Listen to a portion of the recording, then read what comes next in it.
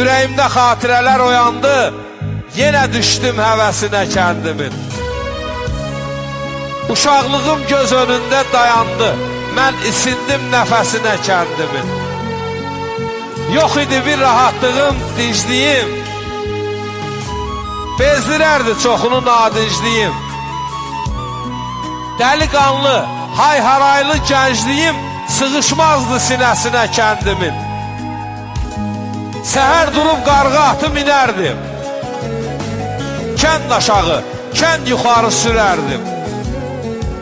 Harda görsəm qaçıb salam verərdim, əlisinə, vəlisinə kəndimin. Yaqub oğlu, demə ömrün qışıdır, yurd insanın öz bəxti, öz naxşıdır.